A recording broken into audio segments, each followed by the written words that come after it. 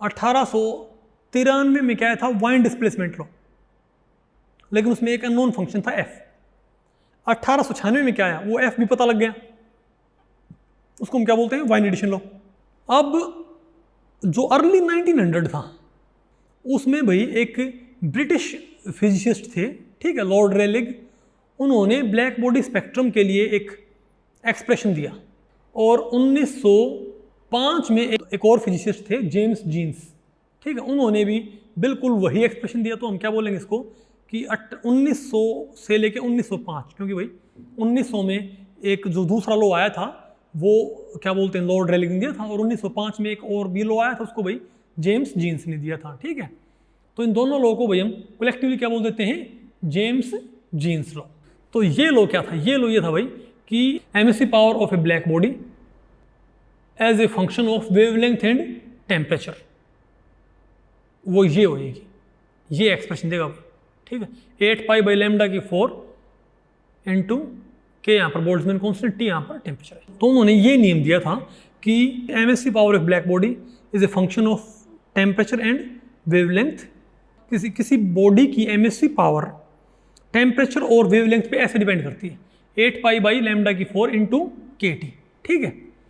अब इसमें दिक्कत क्या है, इसमें दिक्कत ये है भाई, उन्होंने क्लासिकल फिजिक्स के अंदर एक बहुत ही जो बड़ा फॉल्ट था, मतलब उसकी एक जो बहुत ही प्राइमरी लिमिटेशन थी, जो मेजर लिमिटेशन थी, उन्होंने उसके बारे में बताया कि भाई क्लासिकल मैकेनिक्स, क्लासिकल फिजिक्स के बोलते की बात नहीं है कि वो ब्लैक बॉडी रेडिएशन को एक्सप्लेन कर सके। कैसे, देखो, अगर आप यहाँ पर भाई कोई पर्टिकुलर टेम्परेचर पुट करोगे, मान लिया आप ये मानो कि ये है 5000 केल्विन ब्लैक बॉडी का एक्सपेरिमेंटल स्पेक्ट्रम। आपको पता है भाई, जैसे जैसे वेवलेंथ घटती है तो पहले तो एमिटेड स्पेक्ट्रल एनर्जी यानी कि एमिसिव पावर बढ़ती है और फिर घटती है। ये भाई एक्सपेरिमेंटल स्पेक्ट्रम है। बिल्कुल ऐसा ही स्पेक्ट्रम आया था, क्या बोलते हैं, वाइन लॉ का।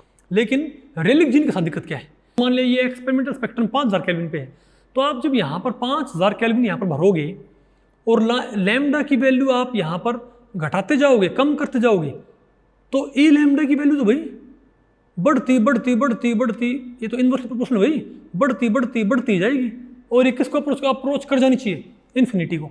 यानी कि रेलिग जीन लॉ जो कि क्लासिकल फिजिक्स के अकॉर्डिंग आया है, उसकी प्रेडिक्शन क्या है कि जैसे जैसे वेवलेंथ घटे तो एमिसिव पावर ब्लैक बॉडी की बढ़ती बढ़ती बढ़ती बढ़ती भाई बढ़ती ही जानी चाहिए, यानी कि बिल्कुल अपोजिट है वो, तो भाई यहाँ तक तो बढ़ती है, उसके बाद तो घटती है।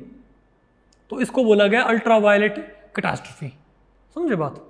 और ये भाई क्लासिकल फिजिक्स की बहुत ही एक बड़ी लिमिटेशन थी।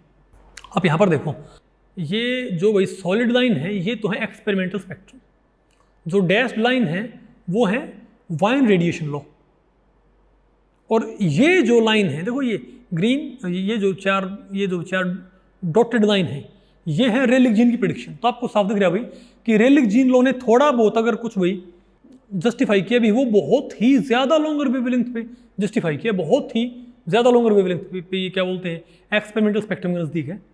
अदरवाइज भाई ये तो कहेगा कि एनर्जी बढ़ती ही क्यों नहीं चली गई भाई, ठीक है। यानी कि more and more energy should be radiated as we move towards ultraviolet, इसको बोला गया अल्ट्रावायलेट कैटास्ट्रॉफी। ओके, तो आपको साफ दिख रहा है भाई कि रेलिग जीन लॉ से कहीं ज़्यादा बेटर तो कौन है भाई, वाइन्स लॉ। ये यहाँ तक तो भाई वाइन्स रेडिएशन लॉ की प्रेडिक्शन एक्सपेरिमेंट से बिल्कुल मैच करते चलती हैं, और उसके बाद भाई थोड़ा नीचे थोड़ी डेविएट कर जाती हैं, जस्ट थोड़ी कम वैल्यू रहती हैं एक्सपेरिमेंटल प्रेडिक्शन से। तो भाई आपने पढ़ लिया ना कि क्या थी अल्ट्रावायलेट कैटास्ट्रॉफी।